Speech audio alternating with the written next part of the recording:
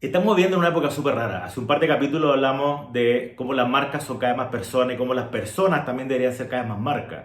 Y hablando hace un par de semanas con una clienta me decía que le encanta mi logo, me encanta lo que he hecho con mi marca personal y me preguntó por qué no había hecho un capítulo sobre personal branding específicamente. Y dije, mira, interesante. Así que hice una encuesta en LinkedIn. La mayoría de la gente dijo que prefería el podcast que un curso, así que hoy día en RitaCast y en RitaTube, los 7 tips para crear tu marca personal.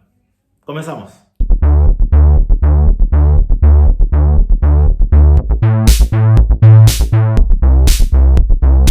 ¿Qué tal amigos? Bienvenidos al capítulo 42 ya de RitaCast. Y en RitaTube estoy medio perdido en realidad, pero bueno, lo voy subiendo cada vez que tengo un capítulo nuevo en RitaCast. Si eres de los que escucha el podcast, búscalo también en YouTube y echar una mirada, está súper entretenido. No es siempre exactamente el mismo contenido. Voy a dejar el link en la nota de este capítulo. Si no estás viendo en YouTube, síguenos también aquí en RitaCast, en Anchor, en Spotify, en la plataforma que uses para escuchar podcast. Pero lo mejor de todo es suscribirse en ritalinleon.com/podcast para que todos los martes en la tarde te llegue directamente a tu correo no solamente el último capítulo, sino que también los capítulos más escuchados y los más comentados. Así que métete a ritalinleon.com/podcast y suscríbete. Hace un par de capítulos tuvimos, creo que uno de los capítulos más escuchados de mi podcast y de mi canal de YouTube. Hablamos con Mauricio Russo, el CEO de Casi Ideas, sobre cómo crear marcas más personas, marcas ciudadanas le llama él.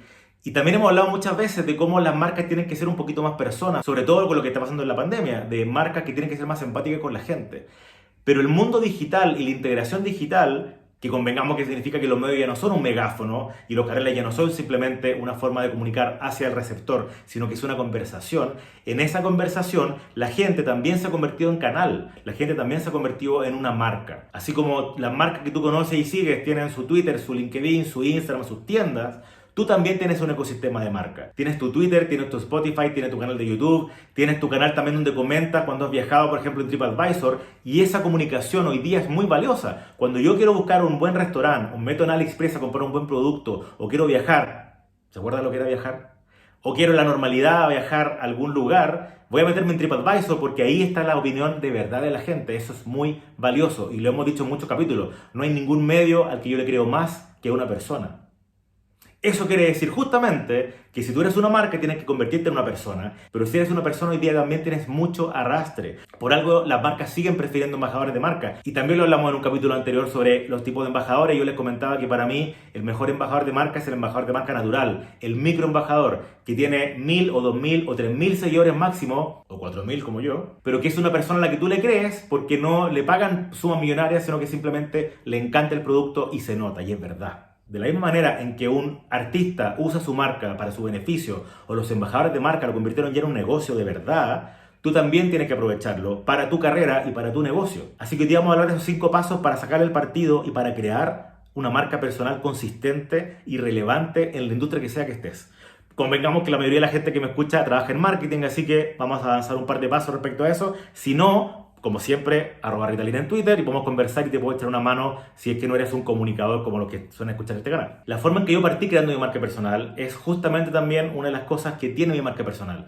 Que yo soy súper dado, porque me encanta, de ir probando nuevos medios. Me metí en Twitter y nadie había registrado el Twitter de Ritalin, así que mi Twitter es simplemente Ritalin. Más adelante creé un blog donde empecé a hablar de cultura pop, de las cosas que me gusta hablar. Y lo hice primero como un ejercicio, como buen redactor publicitario. Me parece que es súper importante estar constantemente desafiándote y mejorando tu escritura. Así que creé un blog primero que partió casi como un diario de vida y poco a poco fue decantando en lo que realmente me gusta hacer, hablar de películas, de cultura pop, de tecnología. Y poco a poco ese blog empezó a tener más y más y más personas que lo leían. Al poco andar tenía un Twitter y un blog. Y sin darme cuenta había empezado a crear mi marca personal, que es Ritalin. Le he contado muchas veces, a mí me dicen Ritalin porque llegando a Macán así me pusieron de practicante el primer día.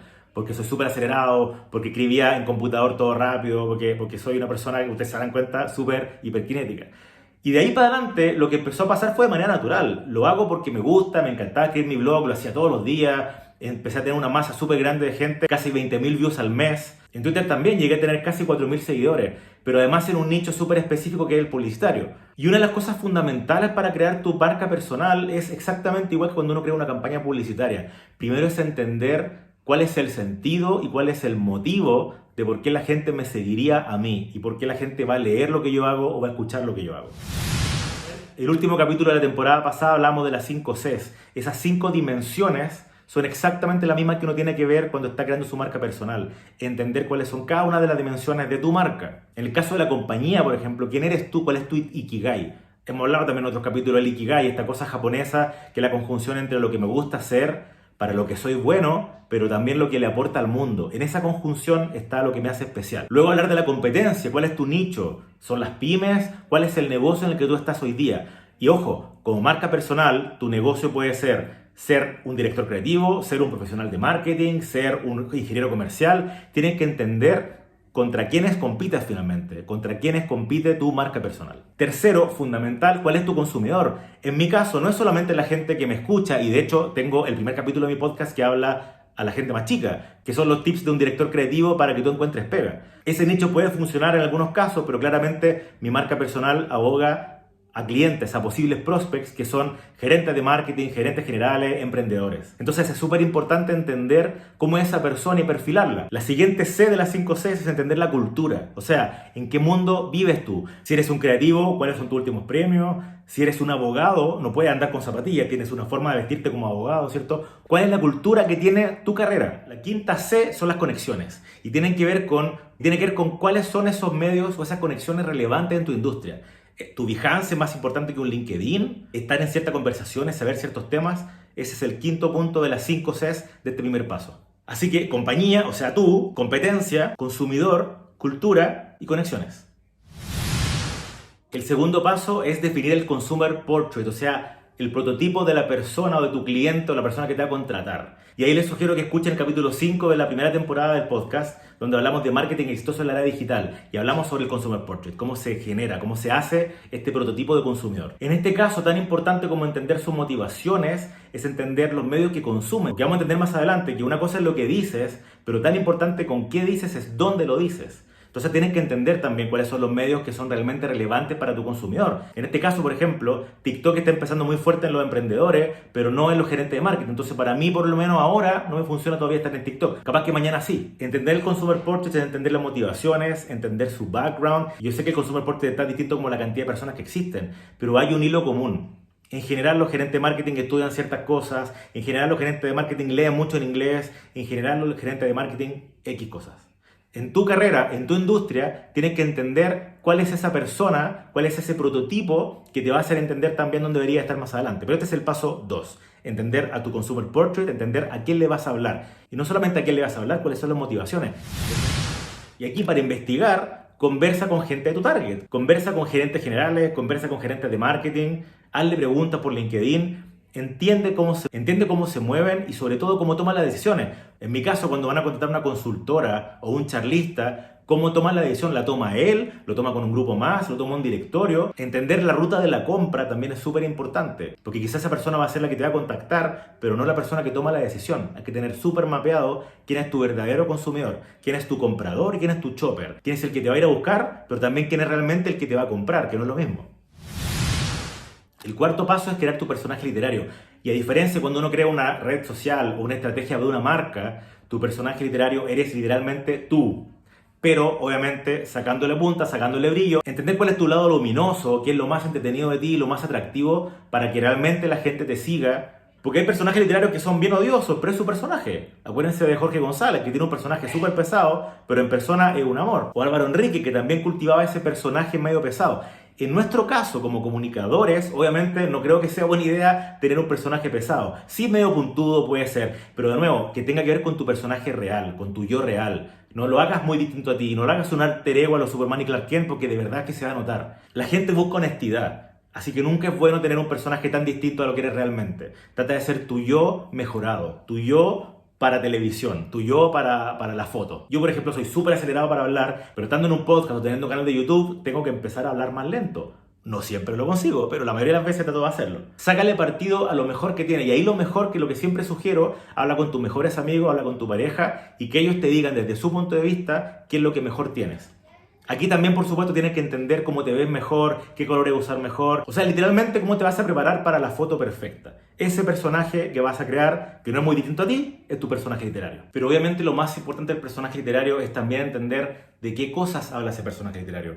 Y si te das cuenta, si te ven el trabajo de las 5 Cs y entiendes tu Ikigai, qué es lo que te hace especial, y entiendes las motivaciones y la conexión que puedes tener con el consumidor, con el consumer portrait, tu personaje literario tiene que hacerse cargo de eso. Y tiene que convertirte en un personaje lo suficientemente atractivo en tu contenido para caer bien y para enganchar con el consumidor al que quieres llegar.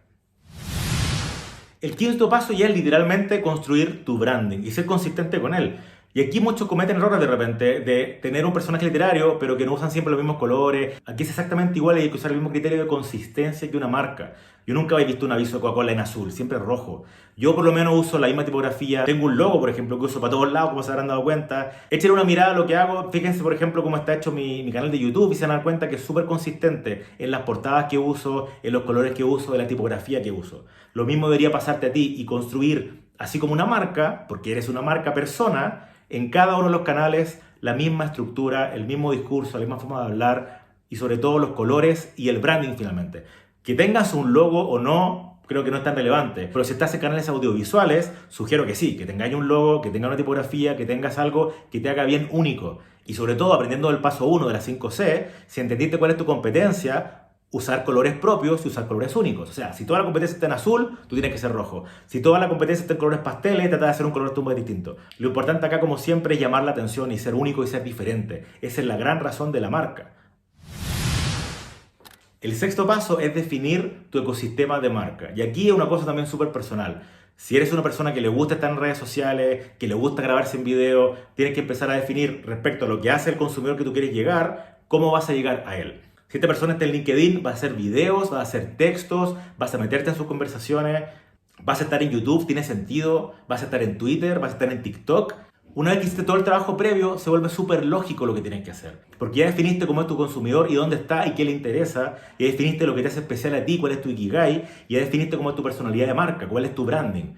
En base a todo eso, tú vas a darte cuenta solo si tiene sentido que estés en TikTok o en YouTube o en Instagram o donde sea. Ese personaje literario que tiene algo que decir, ahora tienes que encontrar la forma de cuáles van a ser los canales. Ahí también es súper importante entender qué canales van a ser personales y qué canales van a ser de marca. Yo, por ejemplo, mi Twitter lo uso muchas veces para marca personal, pero la mayoría de las veces lo uso personal. Entonces tampoco lo potencio tanto. Si en tu Twitter hablas mucho de política, por ejemplo, no es recomendable que sea parte de tu ecosistema de marca.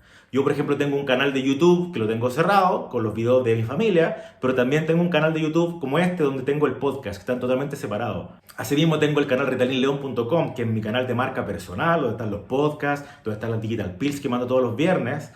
Pero por otro lado tengo ritalin.cl, que separe aguas con mi consultor y mi agencia. En mi caso me ha servido que sea un poco más confuso porque la consultora soy yo soy la consultora, me dicen Ritalin, la consultora se llama Ritalin. Y mi caso es bien extraño, de hecho me costó entenderlo y hablé con amigos que trabajan en branding para entender si realmente Ritalin, que es mi apodo, podía convertirse en un nombre de marca. Y tenemos ese doble juego. Pero en general, ten mucho cuidado de cómo separan las aguas. Porque LinkedIn está claro, LinkedIn es profesional, pero tu Instagram, por ejemplo, ¿es personal o es profesional? ¿Es de tu marca personal y das tips que van a ayudar a la gente? ¿O es una foto con tus hijos y está cerrado? Es importante definir ese ecosistema, dejarlo súper claro y no cruzar esas barreras. Mi ecosistema, por ejemplo, se compone de mi casa, que es mi sitio, ritalinleon.com, que se conecta con mi podcast porque te puedes meter y suscribirte ahí mismo, que se conecta con un newsletter que te llega todos los martes o todos los viernes, ya sea con el podcast o con la Digital Pills del viernes. Mi LinkedIn, que se ha vuelto también un canal súper importante porque ahí efectivamente está la gente que más me escucha.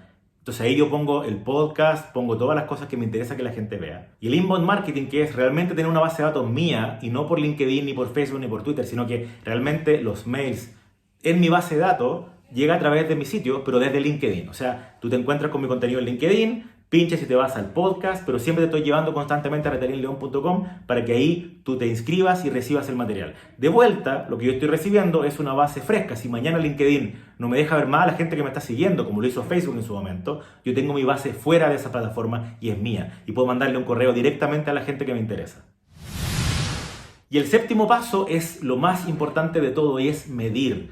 Puede ser que haya contenidos que te funcionen bien, que te funcionen mal, tienes que ir midiendo. Y puede ser que tengas la duda de ¿debería decir esto más largo o más corto? ¿Mi podcast cuánto debería durar? Anda midiendo.